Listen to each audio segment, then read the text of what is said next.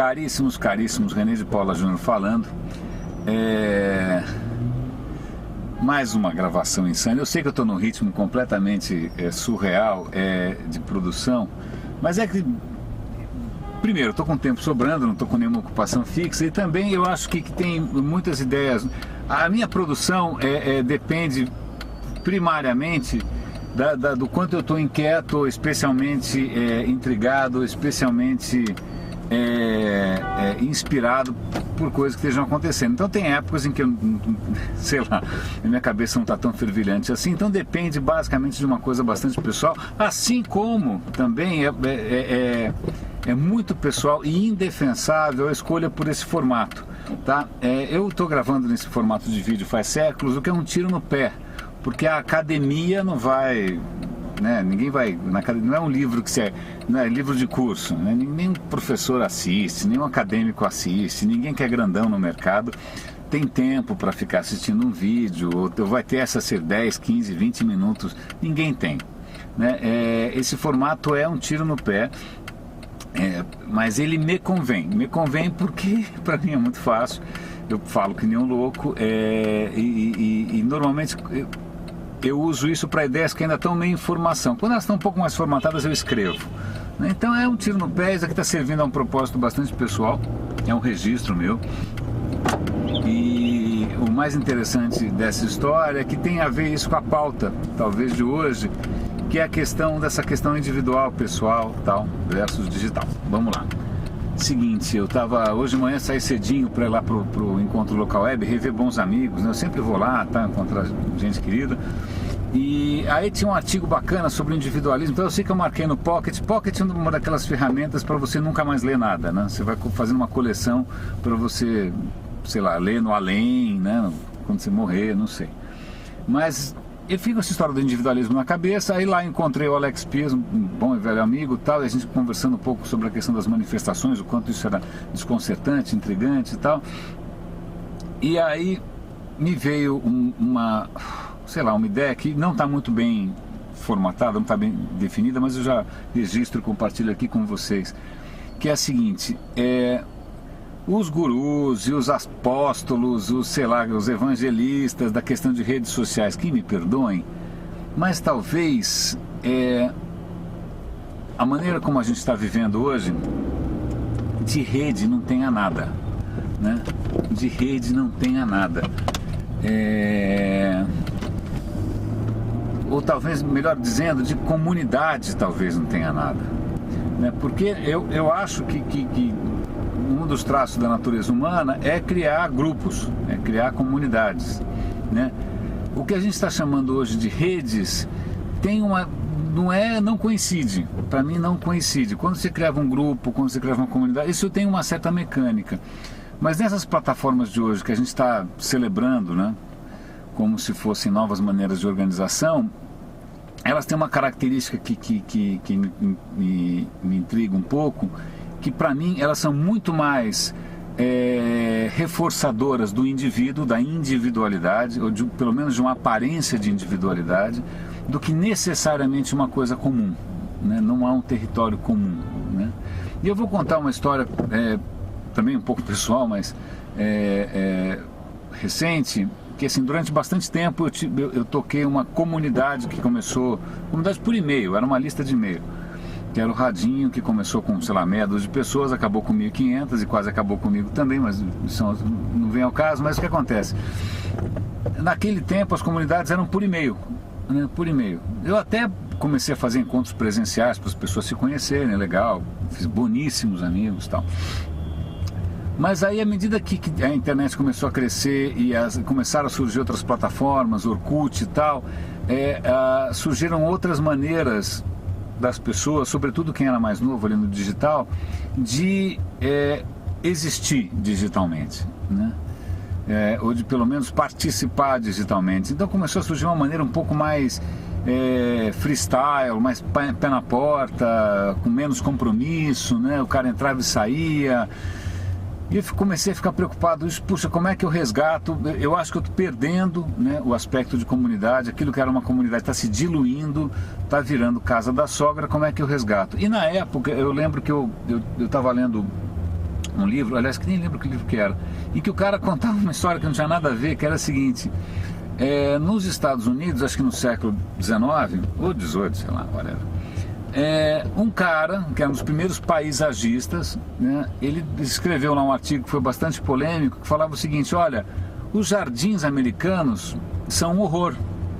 Você passa na frente das casas, tem porco, galinha, capim, é uma confusão desgraçada, é um desleixo, né? E aí ele lançou uma provocação muito transformadora, que é o seguinte: o jardim é o retrato do dono da casa. Então, se o cara é honesto, trabalhador, diligente, bom cidadão, isso se reflete no jardim.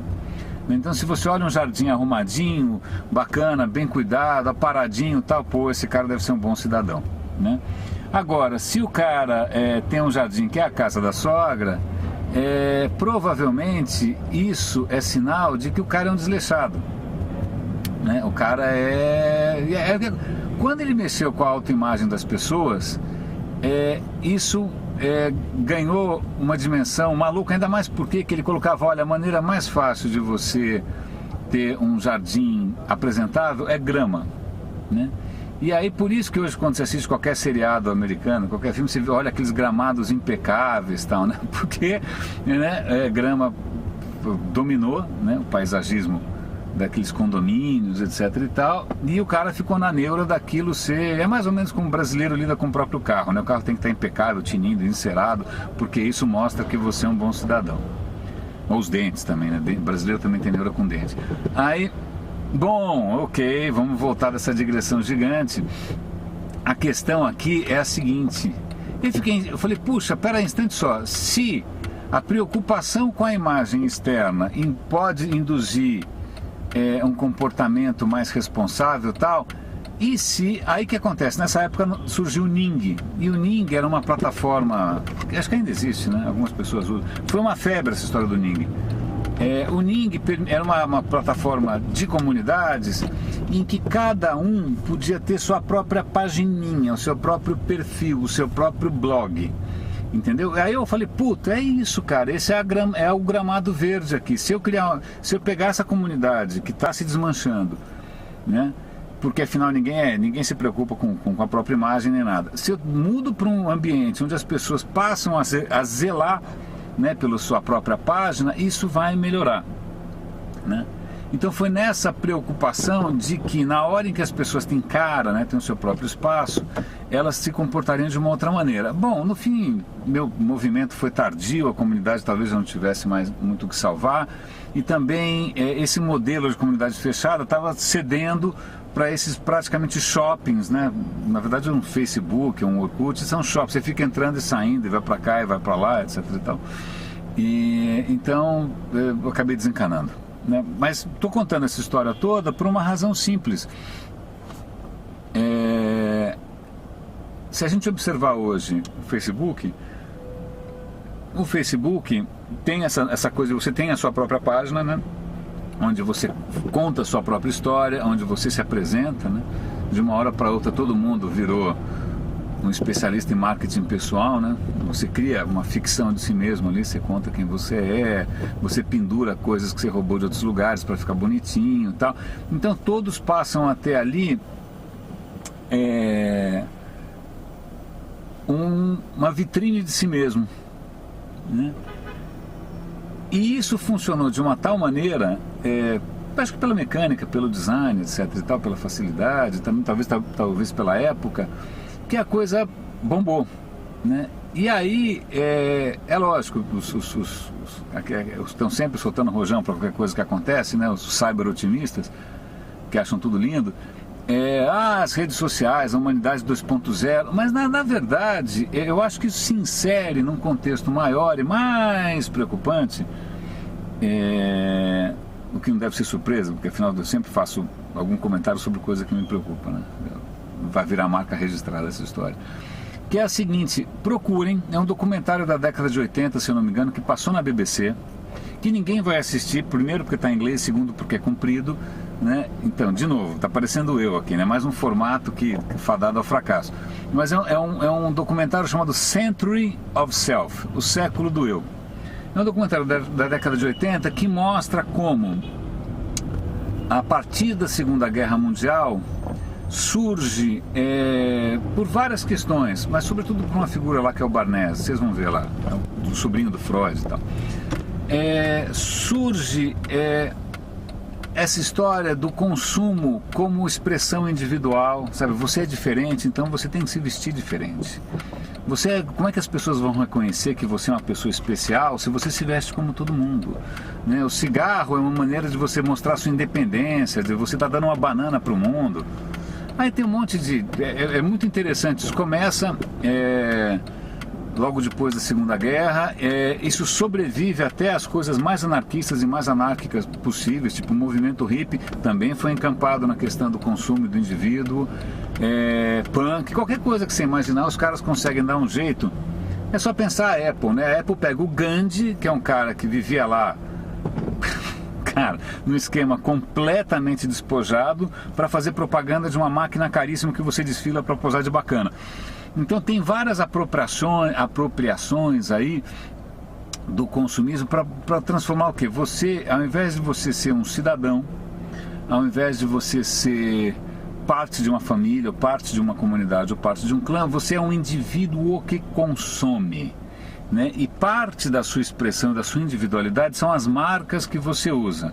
Por isso que volta e meia eu estou aqui metendo pau no negócio de branding, porque eu acho que isso está a serviço de uma coisa que é meio nefasta, infelizmente. Então, essa história do Facebook, que essa é a minha página, tá num contexto maior.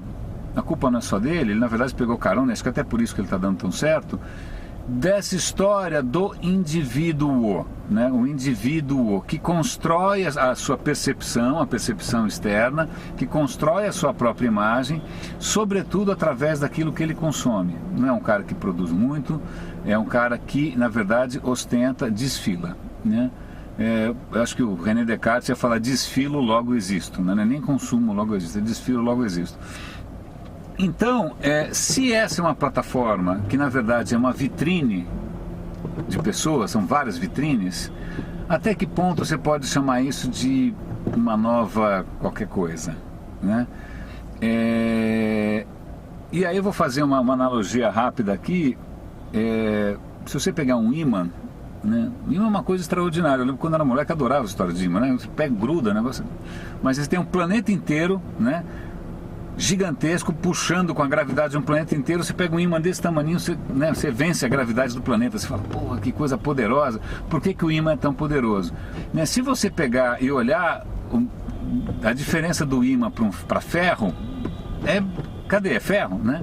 Mas acontece que no ímã, no ferro normalmente, todos os átomos ali, eles estão cada um apontando para um lado. Ninguém entrou em acordo, não tem acordo nenhum. Como todos apontam cada um para um lado, ninguém aponta para lugar nenhum, né? O que aconteceu no ímã é que simplesmente esses mesmos átomos, eles apontam todos na mesma direção. E isso cria um campo que é a soma de todos os campos, que não é zero mais, passa a ser um campo magnético. Então é só uma questão, na verdade, o que acontece? Você tem as coisas desalinhadas que não dão em lugar nenhum, não dão em nada, e as coisas alinhadas que criam uma força bastante interessante.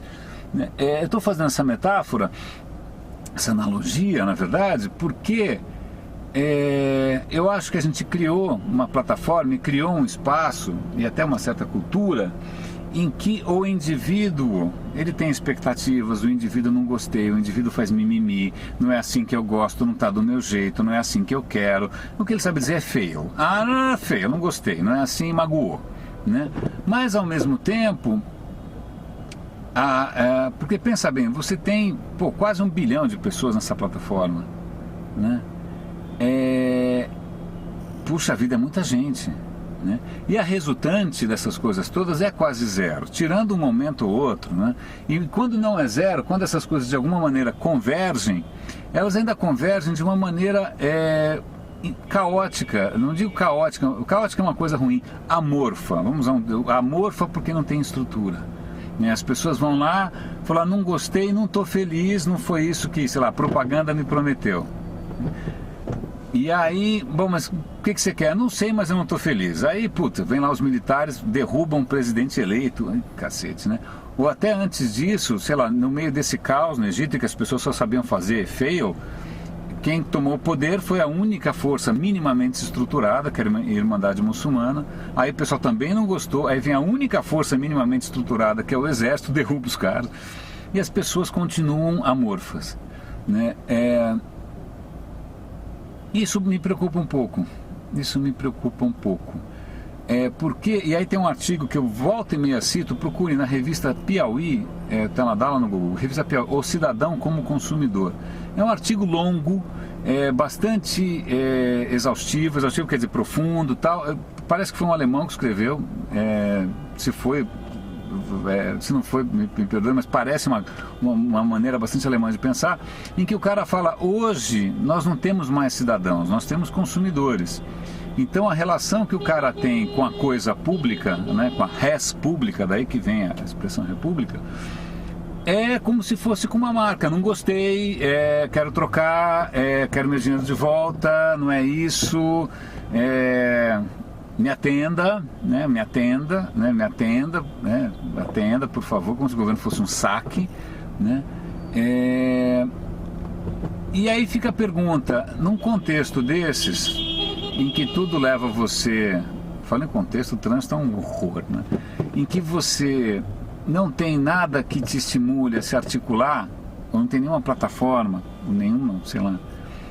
O que a gente pode fazer? Barulho, né? A gente pode fazer white noise, né? Fazer aquele barulho de multidão e, né, os governantes ficam um pouco preocupados, contratam outro marqueteiro de novo para tentar capitalizar em cima disso. A gente continua uma massa, né? E aí vale a pena a gente sempre ser... É lógico, todo mundo quer celebrar o tempo todo, para achar que sua vida é especial, que você é especial, que seu próprio grupo é especial. Então você vai querer dourar esse momento, dourar essa pílula. Mas na verdade, muitas pessoas juntas não quer dizer uma revolução, muitas pessoas juntas não quer dizer uma pancada de coisas. Cara, às vezes muita gente junta é só muita gente junta, né? Às vezes muita gente na rua é só muita gente na rua, né? E dá para celebrar isso? Talvez.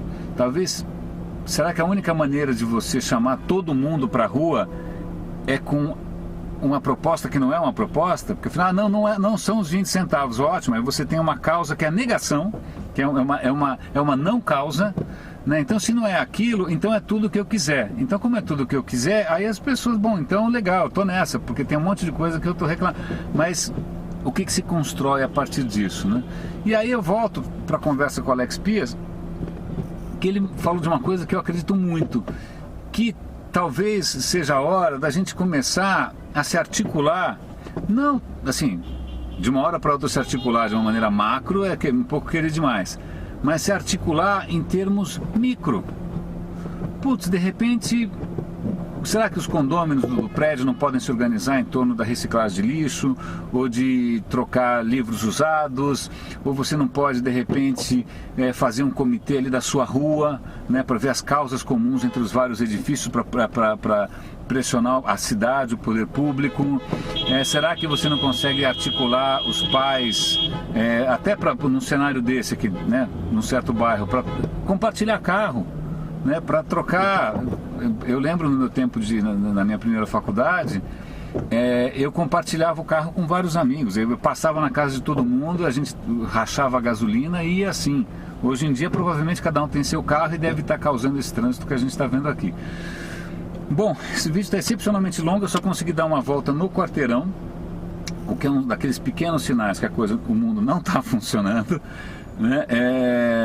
Eu duvido que de novo, eu deveria deixar de pensar só em mim e começar a pensar nessa questão de, puxa, como é que eu causo mais impacto? Eu aceito sugestões, né? Mas acho que eu vou aproveitar aqui o farol fechado. Espero que tenha feito algum sentido essa história. Eu vou tentar formalizar isso num artigo. Se isso virar um artigo ou uma palestra, eu compartilho com vocês.